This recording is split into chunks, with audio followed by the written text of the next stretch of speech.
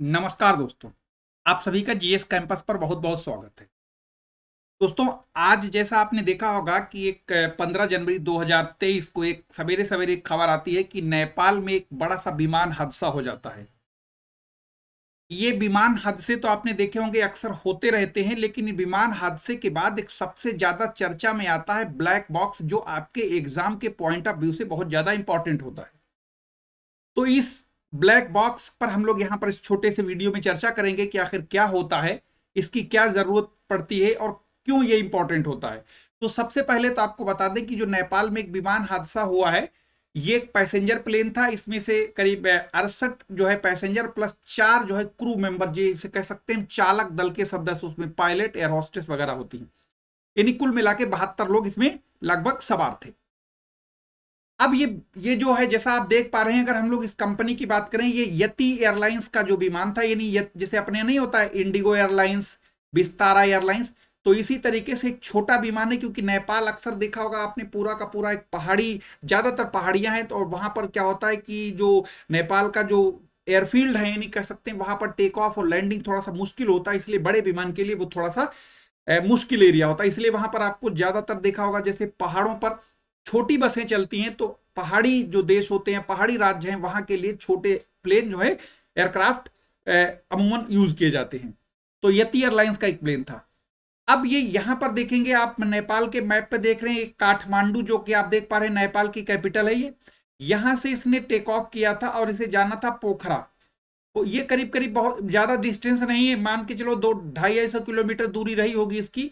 और ये पोखरा पहुंचने से ठीक पहले, यानी एयरपोर्ट पहुंचने से कुछ चंद मिनट पहले ही ये क्रैश कर जाता है। तो ये तो हो गई एक बड़ी ट्रेजेडी, एक दुखद घटना जिसमें बहुत सारे लोगों की जाने गई। लेकिन अब आपके यहां पर चर्चा होती है, आपने देखा होगा कि आखिर ब्लैक बॉक्स होता क्या है। आखिर black box, voice data recorder, ये तमाम चीजें आपने ऐसी अब सुनेंगे। तो ये आप वो एयरक्राफ्ट के क्रैश होने के बाद का ये धुआं उठता दिखाई दे रहा है, इंजन पूरा इसमें आग लग गई थी, और अब उसमें कितने लोग हताहत हुए ये तो खैर बात की बात है।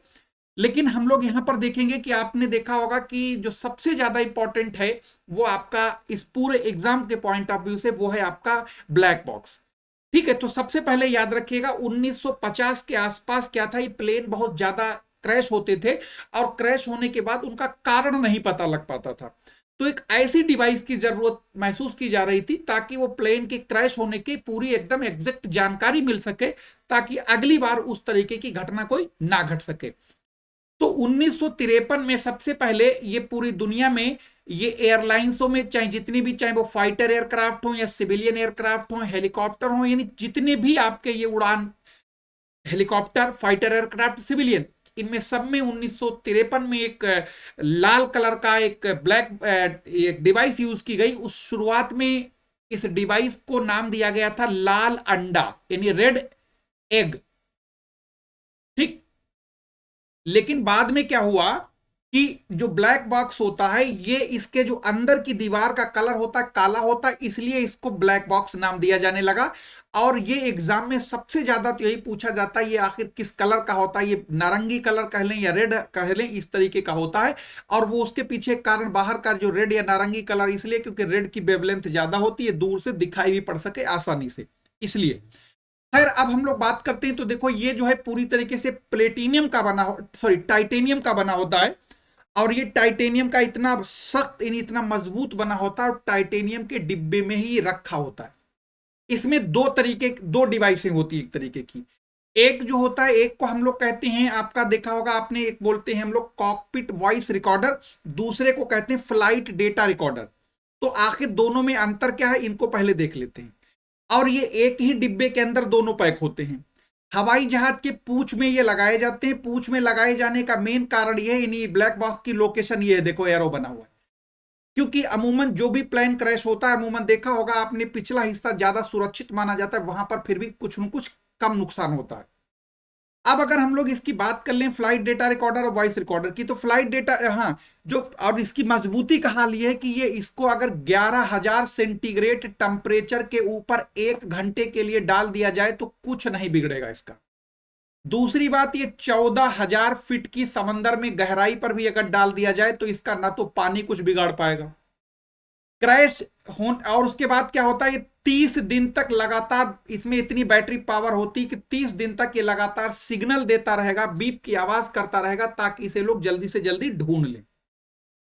चाहे वो समंदर में भी अगर 14,000 फीट की गहराई पर पड़ा है तो भी आपको ये सिग्नल भेजता रहेगा, इसलिए ताकि आप उसे ढूंढ लें। और लगाया इसलिए जाता है ताकि प्लेन क्रैश के बाद जो भी इन्वेस्टिगेशन होती इसी के आधार पर होती, ताकि आगे आने वाले किसी प्लेन हादसे में इस तरीके की पुनरावृत्ति ना हो सके। तो ये तो हो गया इसके स्ट्रक्चर। बनावट भी पूछता है कि बना किस धातु का होता है, टाइटेनियम का बना होता है। खैर, अब अगर हम लोग बात करते हैं इसके जो दो हमने अभी आपको नाम बताए, एक होता है आपका फ्लाइट डेटा रिकॉर्डर, दूसरा होता है आपका जिसे हम लोग बोलते हैं कॉकपिट वॉइस रिकॉर्डर। तो जो फ्लाइट डेटा रिकॉर्डर होता है उसमें हवाई जहाज में 88 टाइप की जो है रिकॉर्डिंग होती है। यानी जैसे हवाई जहाज की ऊंचाई कितनी है, हवाई जहाज की स्पीड कितनी है, हवाई जहाज की डायरेक्शन कितनी है, हवाई जहाज में ईंधन कितना है, हवाई जहाज में केबिन का टेम्परेचर कितना, इस तरीके के 88 अलग अलग पॉइंट जो है उसमें रिकॉर्ड होते हैं। और ये पिछले 25 घंटे तक, यानी पिछले 25 घंटे की रिकॉर्डिंग इसमें मौजूद रहती है। यानी जैसे जैसे हम लोग मोबाइल में कॉल करते हैं, एक कॉल 10 कॉल करेंगे तो फिर 11वीं करेंगे तो पहली वाली नीचे चली जाती रहेगी, वो 10 दिखाएंगे। तो यानी पिछले 25 घंटे की इसमें रिकॉर्डिंग ऑटोमेटिक रहेगी फ्लाइट डेटा रिकॉर्डर में। अब दूसरा आता है वॉइस रिकॉर्डर के, जो आपका जिसे हम लोग बोलते हैं कॉकपिट वॉइस रिकॉर्डर। जो कॉकपिट होता है जहां पायलट बैठा होता है उस वाले केबिन को कॉकपिट कहा जाता है। दो पायलट होते हैं। अब पायलट का एटीसी से, यानी एयर ट्रैफिक कंट्रोलर, जो कि हवाई अड्डे पर एक अधिकारी होता है जो पूरे इनको यानी कम्युनिकेट करता है कि तुम्हें क्या करना है, ठीक है, तो उससे बातचीत होती है। उसके अलावा में केबिन की जितनी आवाज, इंजन की आवाज, मतलब जितनी भी इस तरीके की केबिन से संबंधित जो भी एक्टिविटीज हैं वो सब कुछ आपको जो है वॉइस रिकॉर्डर में रहता है। अब वॉइस रिकॉर्डर में पिछले 2 घंटे की पल पल की रिकॉर्डिंग रहेगी, यानी एटीसी से पायलट की क्या बात हुई, पायलट ने क्या बोला, एटीसी ने क्या फॉलो करने को कहा, पायलट ने उसको क्या फॉलो किया। यानी जब भी ये कोई प्लेन हादसा होता है तो उसके बाद ये चीज ढूंढी जाती है और इससे जांच में ये पता लग जाता है कि आखिर इस प्लेन के एक्सीडेंट यानी हादसे की आखिर वजह असल क्या थी। वो इसलिए जरूरी है ताकि आगे इस तरीके की दोबारा पुनरावृत्ति ना हो सके। इसीलिए यहां पर ध्यान रखिएगा, आपका ब्लैक बॉक्स का कलर पूछा जाता है, इसका नारंगी कलर होता है। इसमें दो डिवाइस होती है, फ्लाइट डेटा रिकॉर्डिंग और रिकॉर्डर, दूसरा होता है आपका जिसे कॉकपिट वॉइस रिकॉर्डर कहते हैं। दोनों ये प्लेटिनियम के बनी धातु, टाइटेनियम की धातु होती है और टाइटेनियम के बॉक्स में ही बंद होते हैं और इतना मजबूत होता है ताकि इसके आग और पानी इसका दोनों कुछ बिगाड़ नहीं सकती। इसीलिए ये जो है जब ये ढूंढ लिया जाता है तो उसके बाद ये पता लग जाता है कि आखिर एक्सीडेंट की वजह क्या थी। कोई टेक्निकल प्रॉब्लम आई होगी तो भी पायलट ने एटीसी से कांटेक्ट किया होगा, क्योंकि पायलट के पास मदद का एक ही जरिया होता है, गुहार का, यानी मदद मांगने का, वो सिर्फ एयर ट्रैफिक कंट्रोलर। वही इमरजेंसी लैंडिंग करनी, टेक्निकल फेलियर है या कोई इंजन फेलियर है या सपोज करो कोई हाईजेक हो गया, इन सारी चीजें वही आपको बताता है एयर ट्रैफिक कंट्रोलर को कि ये परेशानी आ गई। अगर कुछ ऐसा हुआ होगा तो वो रिकॉर्डिंग से पता लग जाएगा कि आखिर ये हादसे की वजह ये थी। तो ये थी आपकी इससे संबंधित ये छोटी सी जानकारी। कैसी लगी हमें कमेंट सेक्शन में जरूर बताइए। फिर मिलेंगे किसी नए वीडियो के साथ, तब तक के लिए धन्यवाद।